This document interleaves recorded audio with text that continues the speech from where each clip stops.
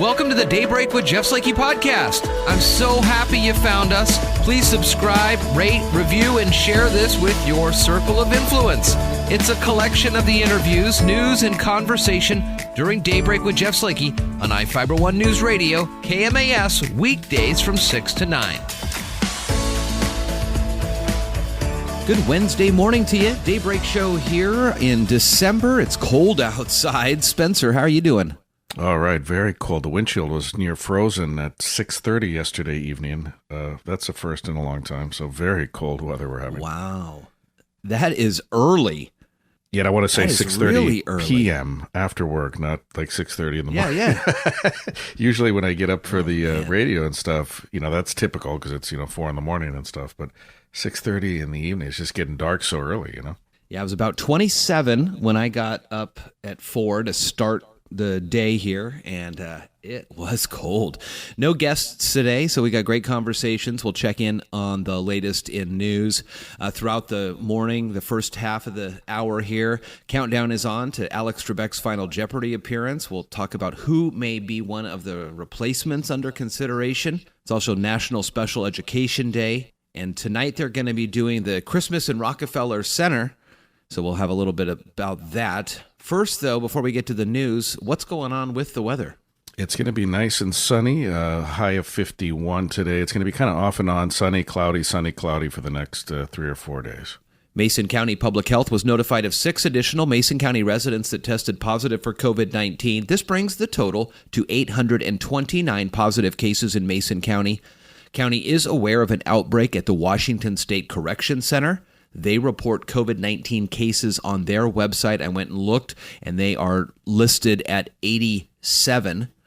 We currently have had 145 cases in the last 2 weeks, and our rate per 100,000 is 223, with 104 active cases currently, 3 hospitalized within Mason County, and 2 outside Mason County.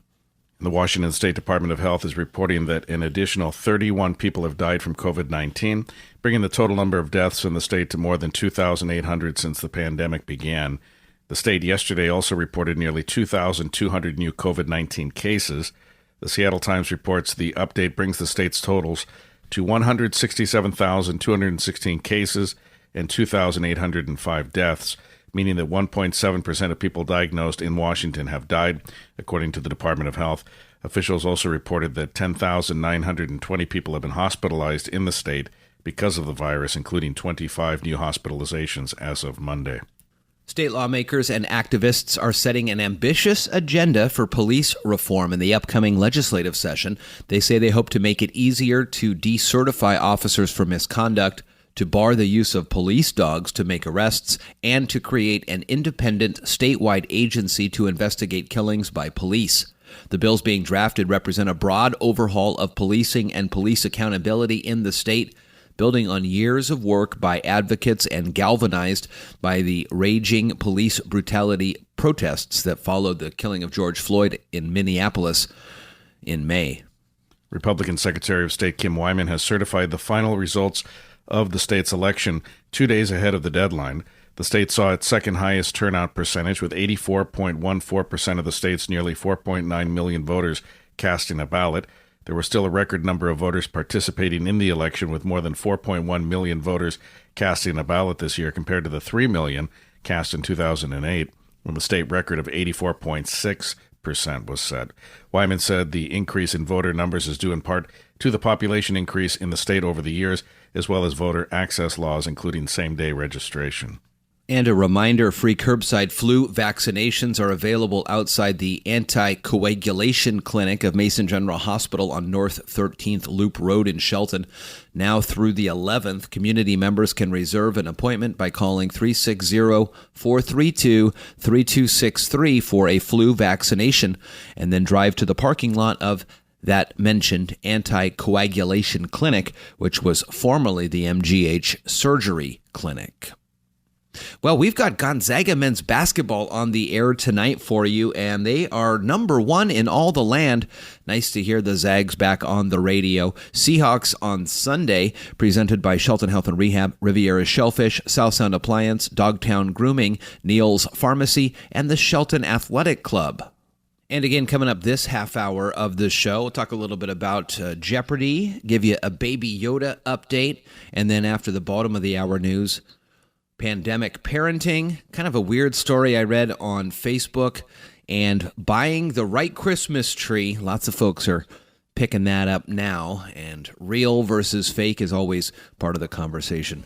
All that and more coming up here on Daybreak. From the iFiber One News Radio studios, you're listening to Daybreak. Wednesday moves on here. Good morning, Spencer. Good morning. As we all know, Alex Trebek passed away, the longtime and perfect host for Jeopardy. So now the hunt is on to find a replacement, and of course these are giant shoes to fill. The last episode with Alex Trebek is going to air on Christmas Day. Wow. So bittersweet. There are 4 potential replacements under consideration. Some of the names that we have heard: Ken Jennings. That's kind of one of the mains that he'll do it at least as a fill-in. Was he the contestant at one point? Who is he? I don't recognize the name. Yeah. He's the guy that holds the all-time record for most consecutive games won at 74. Wow. There's also guest hosts, comedian Dane Cook, who had been on the show before, I'm not a fan. I'm not a fan at all. Dane Cook was asked, and I guess he may do it for a little bit. Here's a list of some of the other folks that people want, and I'm just going to throw these out to you, and you kind of, again, since you've already done it already today, give us your hot take on some of these. What about Betty White? I saw that pop up, and I adore her. Sarah's into, with Gingy, they're watching, speaking of binge watching, they're watching all the Golden Girls. Betty White is classic. I wouldn't mind her at all. I don't think she would do it. I think she's just too up there in age. She's almost 100. George Stephanopoulos? No. Keep him on the news side. And Dane Cook in the unfunny category. So thumbs down for both of those. Who's the other one? Anderson Cooper.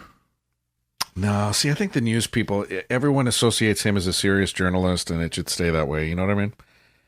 Same thing with Stephanopoulos. Yeah. I would never be able to see past him as a pundit.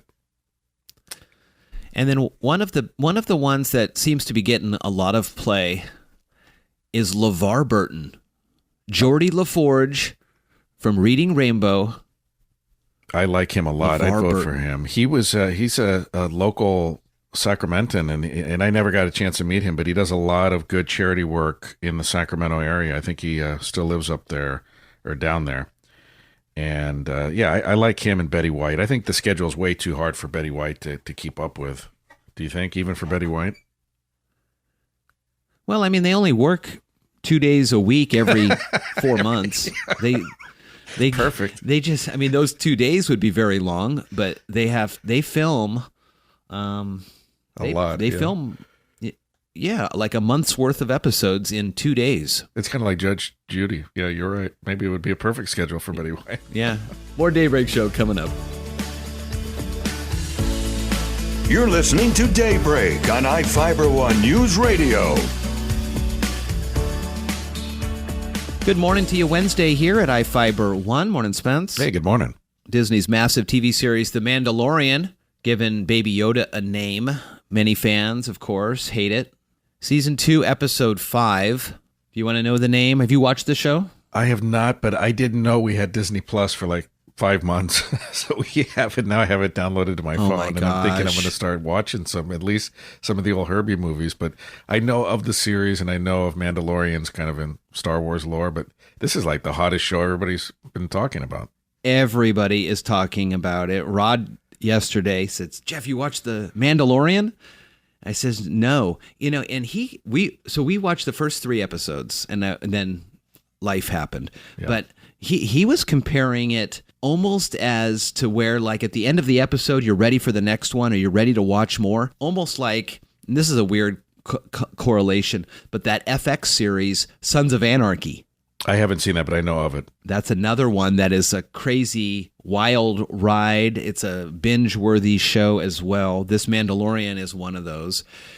Do you have a series that you have tried to binge watch since the pandemic? Or I know Stephanie's been watching a lot. She is watching The Flash now. Went through the series of Lucifer.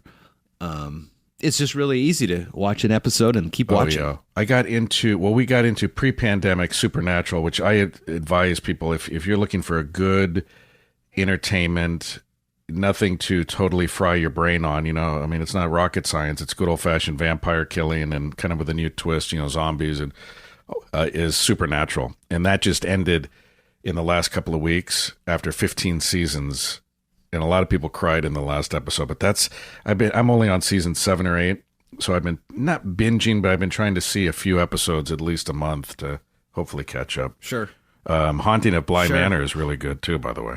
I've heard that is is it a scary like jump show, or is it?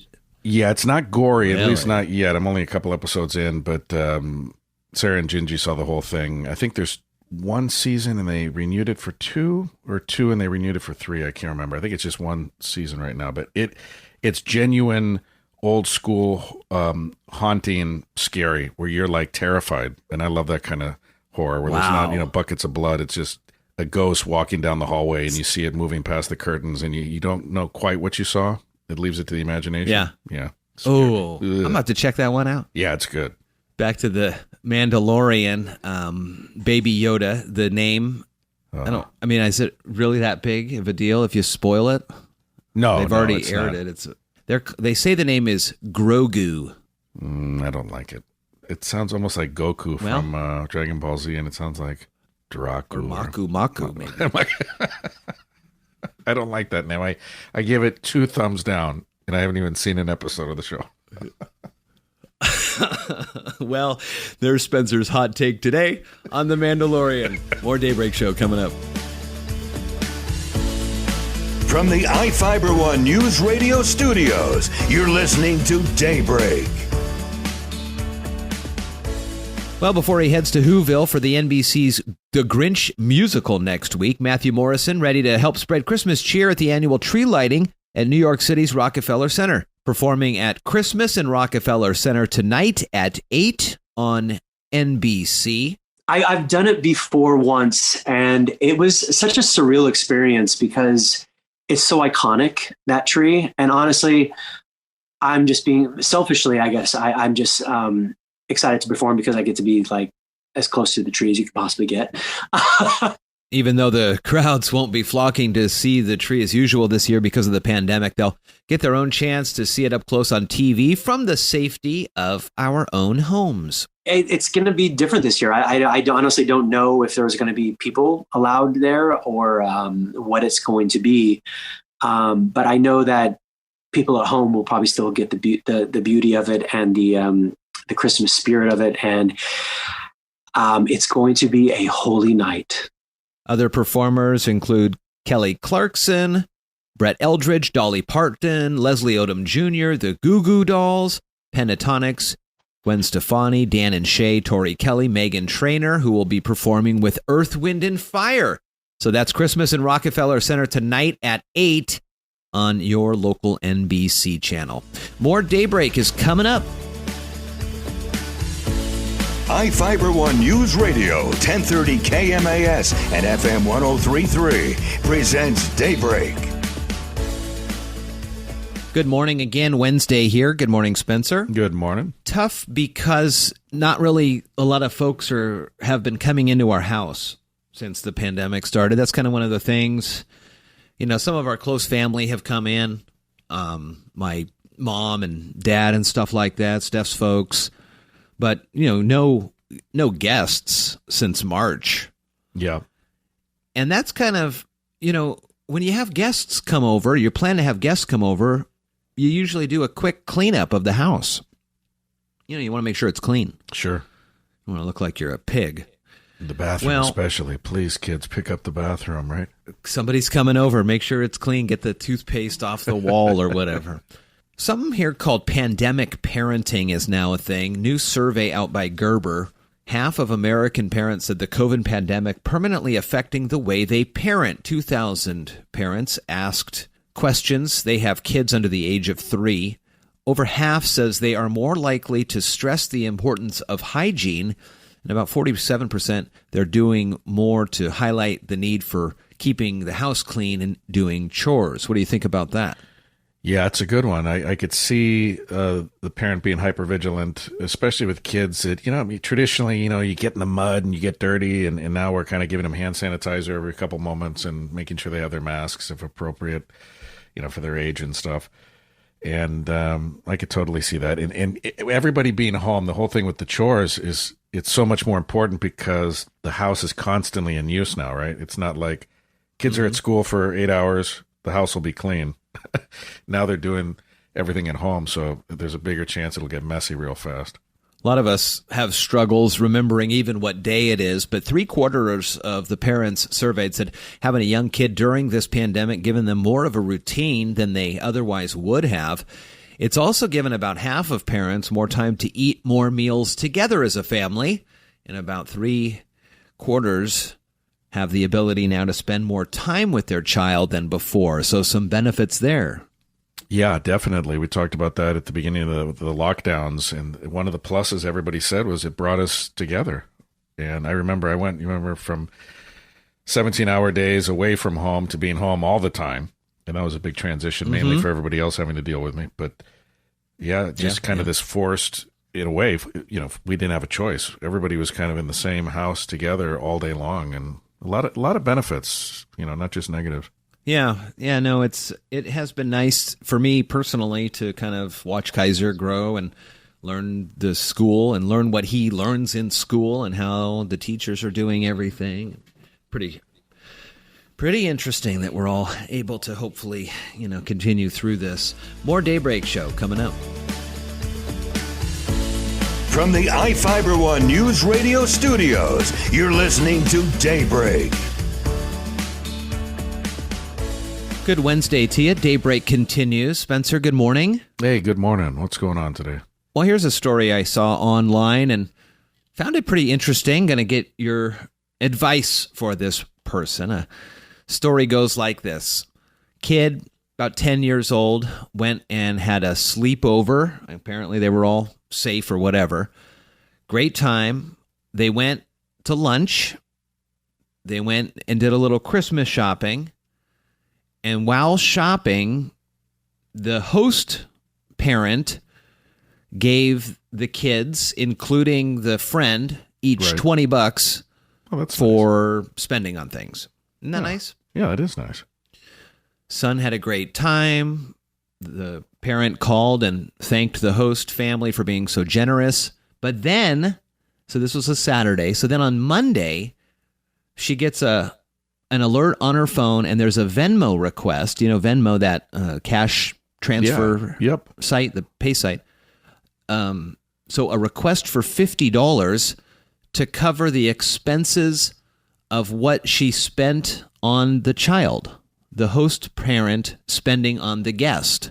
Oh my gosh. So first things first, it was $20 that she gave to all the kids, but now it's $50. That's a big lunch. I don't even spend that much on lunch. Yeah. So what do you do in this situation? You've gotten the request, you've called and thanked. I don't think there was any conversation on the phone about payback. First of all, I think it's tacky. That's tacky, don't you think, to do that, to spring that on a parent? If they know ahead of time. Yeah. If they know ahead of time, and we've done that. I mean, you can imagine with 6 kids, this isn't our first rodeo. We send them off to friends all the time when they were younger and stuff before they could get there on their own. And even now, we'll make sure they go with money for this very reason. Let's say the parent takes them bowling or something. They should at least offer, can I pay for my bowling? And we always teach the kids to offer that. And most parents will say, no, of course not. We invited you, right? Yeah. And that's the way we see it, is if we invite the kids to like Waterworld or something, unless we stipulate ahead of time that, hey, it's $30 for a day pass and that'll include their lunch and, they could buy some knickknacks if they want, some sodas. then that's agreed upon before, right? But I would never hit them afterwards. Like say, oh, by the way, Waterworld was $30, and then they had 6 sodas and a couple of corn dogs, and this is what I spent on your kid. Yeah, your kid eats a lot. Yeah. I had to go back to the bank. Yeah, that's tacky. That is pretty tacky. I see. So I see what you're saying when it comes to covering the cost of entrance and maybe the food. And what about the fact that it was just she gave $20 out of her wallet to the kids? Well, is that still part of the whole thing, or is that different because that would be, I guess, used for presents? Yeah, see that now. I wouldn't imagine that the would food be... stuff. I agree. Yeah, the food. I agree. The entry fees to events. I mean, if you're doing that, you're going to be the one. Because otherwise, why invite them? Yeah, you take the kids ice skating. Unless it's like, well, I mean, look at birthday parties. I mean, my goodness, how much parents spend? They spend hundreds of dollars or more on birthday parties. At the old Chuck E. Cheese type places. And you say, okay, your kid's going to have a good time. They're going to get pizza, tokens, and pick them up at 7:00. You don't say like, well, we're going to give each kid $20 worth of tokens, so be sure to have a $20 bill ready when you come. I don't like that. Just don't spend it on the kids. You didn't have to give them $20 each. Or have the kid text their mom or dad and say, hey, see, all this would be covered ahead of time, I think, by a responsible parent. We'd say, here's what we're doing. We're going to the mall. We're going to go ice skating, see a movie.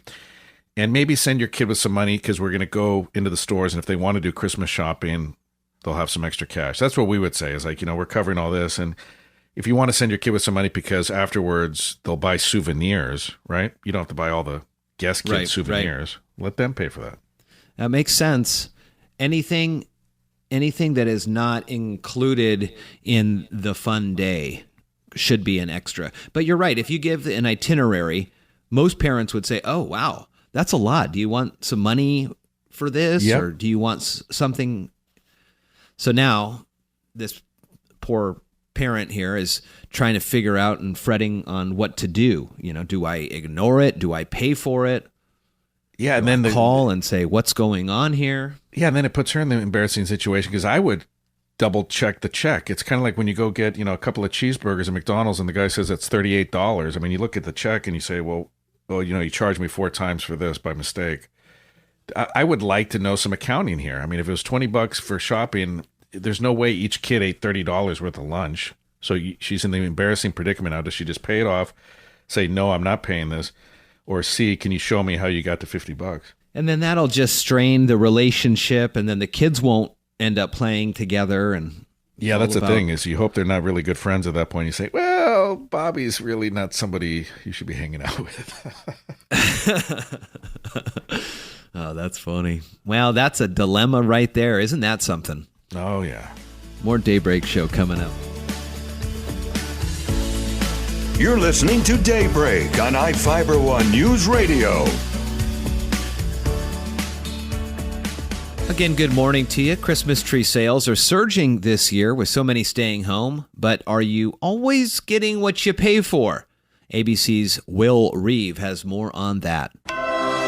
For billions of people around the world, the Christmas tree is a familiar totem of the holiday season. It's not bad at all, really.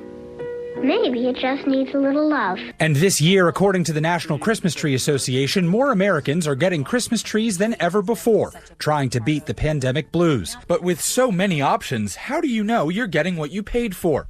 Earlier this year, a Christmas tree cooperative in Wisconsin filed a lawsuit against a tree supplier and Home Depot, claiming that last year they sold potentially hundreds of thousands of balsam fir trees, which they intentionally and falsely advertised as Fraser fir trees. Home Depot saying the incident was an isolated labeling error and says it worked with its supplier to fix the problem going forward. Fraser fir trees tend to be more expensive and are known for their two-tone needle color, dark green with silver undersides. But what can you do to keep yourself from making an evergreen error?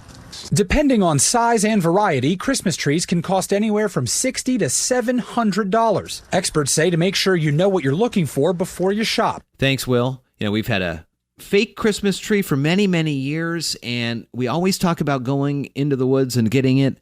But then, we want to make sure We've gotten the monies out of the fake tree. We have some smelly stuff to pretend like it smells. I don't know what Winston would do with the tree, if it was real or not. He's never seen one in the house. So, but it's encouraging that lots of folks are getting out there. Remember that scene in Christmas Vacation where they got the squirrel out of the tree? I mean, those are some of the issues if you're going to go trudge out into the woods and find one. Lots of great lots and stands, and support those local Christmas tree. I mean, it's just like any other business. More Daybreak coming up. You're listening to Daybreak on I-Fiber News Radio. Wednesday continues here on the Daybreak Show. Good morning, Spencer. Hey, good morning. What's going on? Well, today is National Special Education Day, commemorating the anniversary of the nation's first federal special education law. This was signed into law December 2nd, 1972.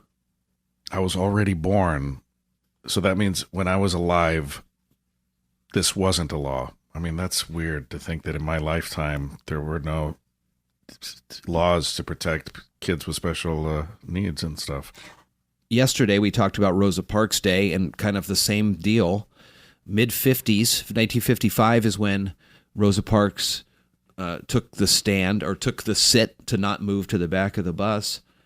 And that was, a generation ago, or whatever, 2 generations ago now. Not far removed. No. So this came into effect, the Individuals with Disabilities Education Act, the IDEA law, signed into law, 1972, made education available to all American children, and this day honors the progress that has been made. Before IDEA, many individuals with disabilities received little to no education. Schools were not required to make accommodations. Some states did, but others didn't, and many parents couldn't afford to send their kids away to special schools. Now, the law stipulating kids with disabilities had a right to the same free education that every other child had access to. I think now something that most people take for granted. Yeah, absolutely. You can't imagine. I mean, I know people that aren't much older than I am, so this will give you an idea. So I was born in the early 70s, 71. People who were born and started going through school in the 50s and 60s, they would call them, and this is a term that teachers would call kids, educably mentally retarded. I mean, can you imagine nowadays that flying? And we know, and it's just a sign of the times. It's not a criticism of today's teachers, of course. But the teachers of not too long ago would tell a kid, hey, what are you, stupid? You know what I mean? Like, you would never think of doing that to a kid. It would scar them for life now if they go to school. Can you imagine, especially in a pandemic, and the teacher says, hey, dummy. I mean, we had dunce hats, right? We used to humiliate kids that we thought were quote unquote slower than the other kids, or if they did something wrong, they would go in the corner with a big cone on their head and everybody would laugh at them. I mean, that was in a lot of our lifetimes too. I mean, that's pretty incredible. You bring that up, the shaming of, I mean, it's essentially kind of shaming the kid into performing better. And every so often you hear those stories where like a judge will make a kid stand on a corner with a sign, or a parent will make a kid stand on a corner with a sign. And at initial glance, you might go, that will help them because they're embarrassed that they have to do this and maybe change their ways. But there's a lot of research out there that says that is not the way to go. Yeah, it may keep them from ever doing whatever they did again, but at what expense to their psychology and to their self-esteem? And you know what I mean? Like, sure, maybe they'll never steal money from mom's drawer again, but what is that going to do to them psychologically that everybody was driving by honking and laughing at them and pointing at them? I mean, I don't think that's the way to go. IDEA resulted in many changes beyond just bringing students equal education. The integration of students also helped remove the stigma of disabilities, just like we were talking about. Another result was the stimulation of technology for students with disabilities for the classrooms. And that, of course, has improved the education of all students and probably in some aspect got us to where we're now living today, online and via Zoom and with the accessibility features on your computer so you can read better or have the words read to you. There's a lot of benefits for the whole population that came from this. No, absolutely. More Daybreak Show is coming up. You're listening to Daybreak on iFiber One News Radio. It's Spencer Hughes with Jeff Slakey. Good morning. It's Daybreak for this Wednesday, December 2nd. And among other days, today is National Mutt Day. That's right. National Mutt Day celebrates mixed breed dogs. It was created by Colleen Page, a pet and family lifestyle expert and family advocate, who also created days such as National Dog Day and National Puppy Day, and yes, even National Cat Day for the feline lovers out there. The goal of the day is to embrace, save, and celebrate mixed breed dogs by creating awareness about the great numbers of them in animal shelters that are in need of a home. And it's meant to raise awareness, as all these days are. And it takes place on 2 days during the year, including today. The other day is July 31st.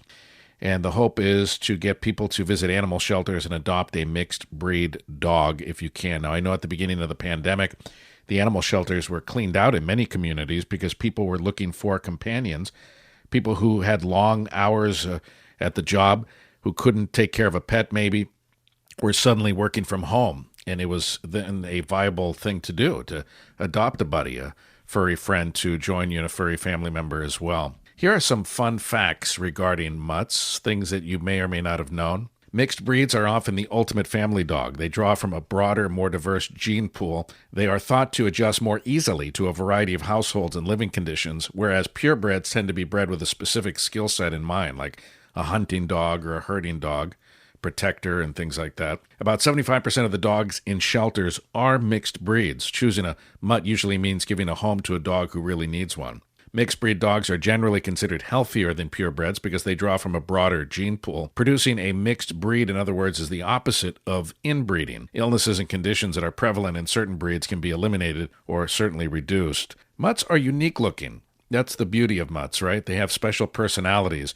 Your mutt pup won't look like any other dog on the street, and your pup's behaviors and quirks are interesting as well. And today is a day to celebrate the mutt on National Mutt Day. I'm Spencer Hughes with Jeff Slakey. More Daybreak coming up. Stay tuned and good morning. You're listening to iFiber One. Thank you so much for listening to today's Daybreak with Jeff Slakey podcast. Again, I'm so happy and honored you found us and chose to listen. Please subscribe, rate, review, and share this with your circle of influence. It's a collection of some of the interviews, news, and conversation during Daybreak with Jeff Slakey on iFiber One News Radio KMAS, weekdays from 6 to 9. Thank you so much again, and talk with you next time.